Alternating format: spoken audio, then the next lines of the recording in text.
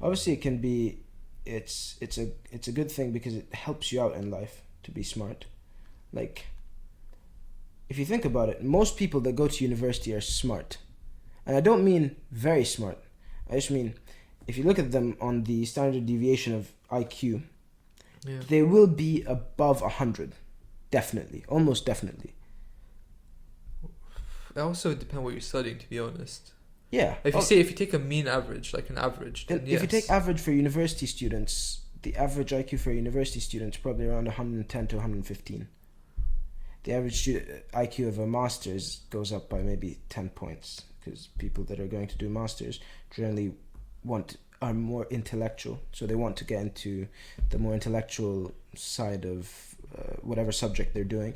Then PhDs, you shift to another 10 points towards the positive extreme. Yes. So, for example, the average PhD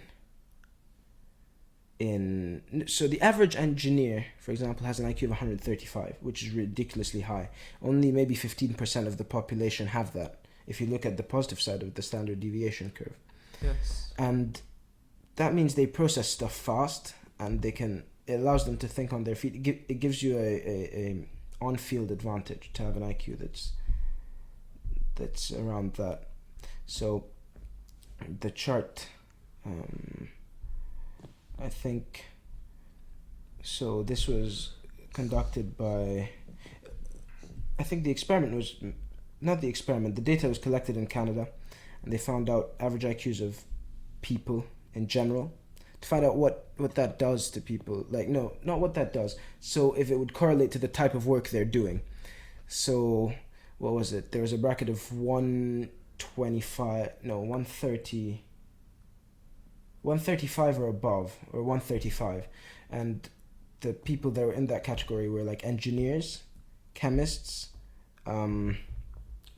high-class lawyers, that sort of people. So people that are paid to sometimes think on their feet.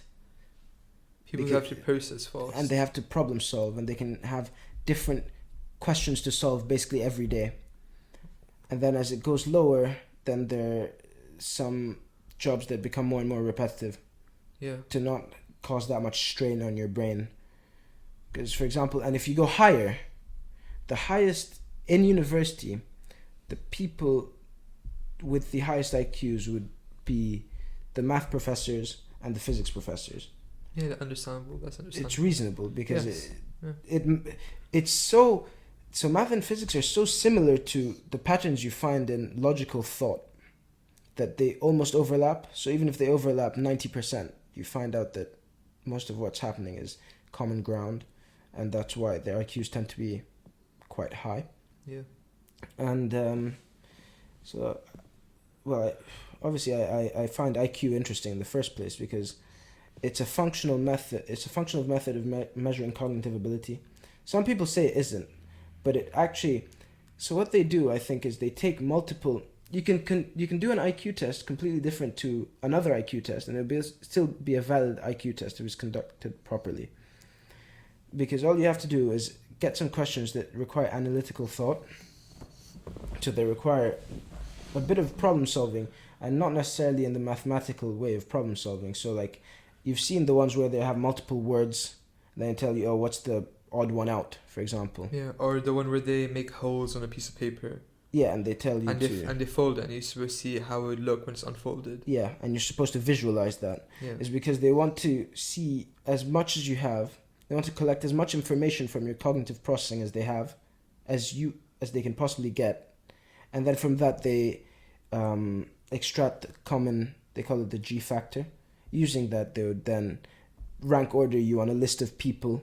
So the bigger the sample size, the more accurate the score will be. And then they rank order you. And then the higher you are, obviously the higher your IQ will be when it comes out. And the lower you are, the lower your IQ is going to be. See, many people say that the university system is unfair because where you go to university is based on what you write on one piece of paper at the end of the year. So would you say that they should factor in where your IQ is when giving an admission to university? I don't know if they should factor in what your IQ is because, for example, if someone works hard, if someone's a hard worker, Yeah. you can basically work hard enough to push something that you'd call sort of in inverted brackets, because it is not entirely accurate, your functional IQ by 15 IQ points. So if you work harder than someone else, you can work the equivalent of 15 extra IQ points. Yeah. You understand? So if someone has an IQ of 150, someone has an IQ of 135, but the person with an IQ of 135 works much, much harder than the guy with 150. Yeah.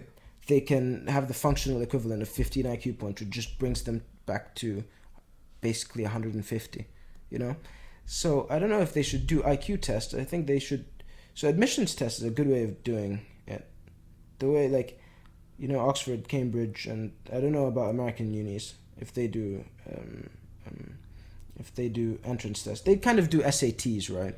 Yeah, they do SATs, there's also the ACTs. Yeah. So they have, those are sort of IQ tests because you can extract. And then also most universities you apply through Common App. Yeah. And through the Common App you have to write your own like personal essay, which puts like a It's a personal touch. Yeah, personal Okay. statement. But for every uni, yeah. different. It's And different. it's different questions as well. Okay. So if you apply to the UC, so University of California's, they have a set of different questions that you have to do. You Okay. have to write like 800 words each or 500 words each. Yeah. Something like that. I think, what's it called? Imperial has I think the closest thing to an IQ test once you apply, and Yeah. if you get into the interview stage, because they really have something similar to an IQ test. I mean, I haven't done it, but I've heard people talk about it, and it's quite similar to what you'd see in IQ tests. Yeah. Like, they ask you analytical questions and you're meant to answer them. That's the same for London Business School. So Really? LBS is it's top 3 in the world for Business. and economics. Yeah. So both of them, and but they only do masters and majors. Okay. So when you apply for a master or major, you have to do their own entrance exam, Yeah. which has different stages. So there's essay writing stage. It depends on the course, obviously, but there's a essay writing stage. There's like analytical and cognitive stage. Okay. So, which I think would be probably similar to an IQ test. Yeah. All of those together become similar to an IQ test, because and they also have to see. there's also like a mathematics Oh, okay. portion. Okay. So you have to revise for all of these and like study all of these and Yeah. do the exam. But see, for the cognitive and analytical side, you can't really revise it. You can. It's more like common sense. Yeah, but you can also familiarize yourself with it to a point. True. Even true. because if you've never seen it before, you don't even know where to start thinking, in a sense. So just to familiarize yourself with it, you just go on just any non-verbal reasoning test, look at it a bit and find out just what's going on, you know? And it just helps you it helps you in anything to familiarize yourself with it, you know? Even if practice isn't going to help too much. Are you gonna find this interesting? In the 1990s, Goldman Sachs, which is an investment banking firm, used to give out IQ tests to junior incoming analysts. Okay. So the analysts who would start, like junior analysts who would start in the summer, would have to do an IQ test before they entered. Okay. So they could, like, look at their cognitive ability. You know, they banned IQ testing from firms in, I think, in America or Canada. So what they do is now they just found a way around it, and they just call them general cognitive ability tests now. Basically IQ tests, but just legal. But they need to do them just so that they find out, because you need to find out if someone's going to be either a liability to your firm, or they're going to bring in money. If they're going to be an asset or a liability. Yeah, if they're going to be an asset or a liability. Exactly. It's important. That's how firms operate. If you want a firm to be successful, you need to make profit. You need to make money. Yeah. You can't just. It's not a charity, is it? Yeah. Exactly. And another thing I found interesting when I was like doing my internship at JP Morgan, they did because I didn't go through an interview stage. Okay. So they gave me like a mock interview, so how it would be for a real candidate. Okay. Because I was summer intern. So one of the questions that my interviewer, this woman named Mrs. Stumer, like to ask at the end of the interview was, "Tell me a joke." Okay. And 80% of the time, the person would not be able to tell a joke because they would be so like bewildered Yeah. that she's asking me to tell me a joke. Because that would show that you can think on your feet Yeah. and that you're more relaxed and not too uptight. Yeah. I mean, it'd be weird to put someone on the spot and tell them to tell Exactly. you a joke, right? Yeah. Because sense of humor is also not a thing that everyone has. Exactly. Like, But not it could everyone be a has generic joke yeah. though. It doesn't have to be funny. Oh, okay, just any joke. Yeah, yeah. Okay, Just yeah. just tell me a joke. So it could be a knock knock joke. Okay. Whatever. That's Yeah. like an icebreaker at the end of the conversation, just to find out whether your brain has fried or whether it's still functioning, right? That's interesting. That's an interesting way of interviewing people. It also must help sort them out for her. Exactly, because there's thousands of candidates, isn't there? Yeah. I mean, I find IQ very interesting because, like, in America, you can't be inducted into the American Army with an IQ of less than 83, and that's in America. That's around 15% of the population. That's a lot of people. And so, what do they do? Because you can't get inducted into the American Army to do the most basic job that they can find for you, because they think you're more a liability than an asset. So what can you do? It becomes hard. I think it's... You could work extremely menial tasks. The thing is, like you have being to a do... cleaner, You have to do something repetitive, and ice cream scooper. something like that. I mean, It's menial tasks, basically. yeah, it's unfortunate that we have such variance in humanity. Like, it's not unfortunate, but it's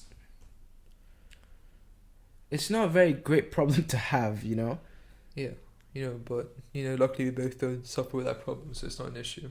Yeah, like... The thing is, because of circumstance, you probably won't meet many people that are on the low end of the IQ curve. Yeah. Just because of who you are, because you go to university. So most of the people you meet will either have IQs hovering around yours, or can be higher or slightly lower. You'll be able to hold conversations. But holding conversation with someone that doesn't...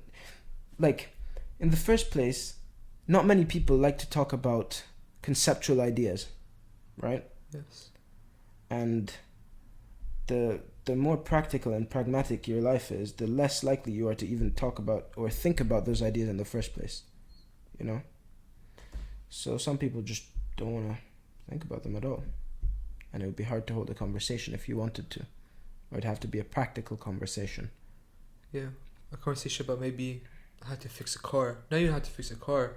Maybe how to sweep a floor properly. Or maybe how to fix a car. That's possible. Just No, something fixing a car would be... it's complex. Yeah. But maybe it would... Maybe grasp changing your a tire. attention. Maybe changing a tire or something basic. Yeah, possibly. You know?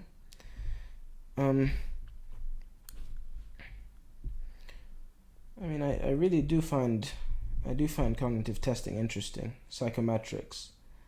I wouldn't pursue it as per. Like, I wouldn't go into psychology to do psychometrics as a master's and then be a psychometrician.